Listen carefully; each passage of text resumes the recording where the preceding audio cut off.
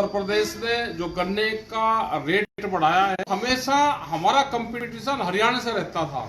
हरियाणा अभी भी आगे है, योगी जी कोई कमजोर नहीं है, लेकिन इलेक्शन 2027 में है तो अभी जो 400 गन्ने का रेट करा है और जो दूसरी वैरायटी है उनका 390 करा है, लेकिन शुगर फैक्ट्रियां या दूसरी ओर वे हैं मिलें हैं, वे उस पे जो रिजेक्ट वैरायटी है उस पे लगाने पे बैन करती है, उसको खरीदने पे बैन करती है, अर्ली वैरायटियों को ज्यादा प्राथमिकता देती है। तो हमारा सरकार से ये है, योगी जी से भी ये है कि 400 पार की घोषणा बहुत बार हुई है, तो ये भी थोड़ा सा खिसकाव लग जाता तो 400 पार हो जाता, योगी जी का भी धन्यवाद पूरा दे देते।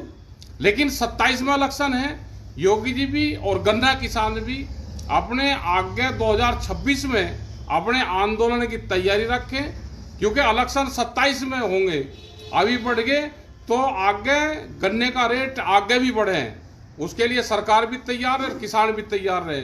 ये भी थोड़ा गन्ने का रेट कम है, जिस हिसाब से महंगाई बढ़ रही है, खाद बढ़ रहा है, बिजली बढ़ रही है, तो उस हिसाब से कम है।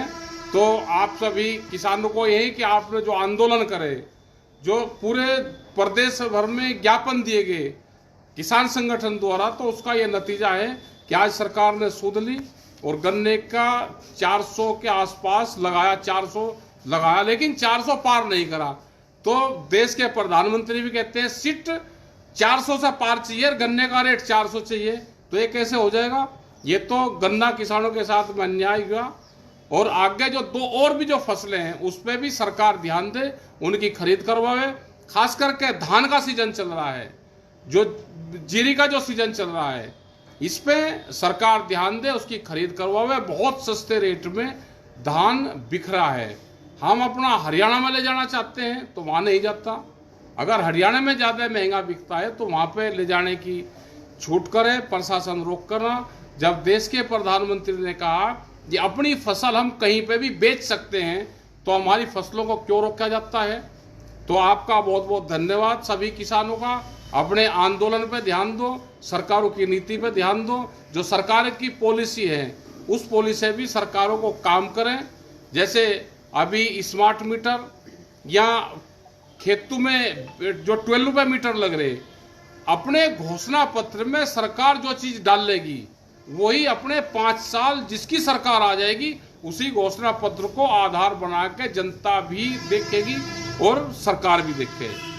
मीटर का फार्मूला सरकार अपने घोषणा पत्र में लेकर आए, जब भी उसको लागू करें। मुख्यमंत्री से हमारा एक सवाल हो रहे हैं कि जो मीटर लग रहे हैं इन मीटरों को बंद करा जाए, क्योंकि इलेक्शन का टाइम है। अपने घोषणा पत्र में लेकर आओ और उसी के बाद में हम इस सवाल का जवाब देंगे। धन्यवाद। जय हिंद, जय भारत।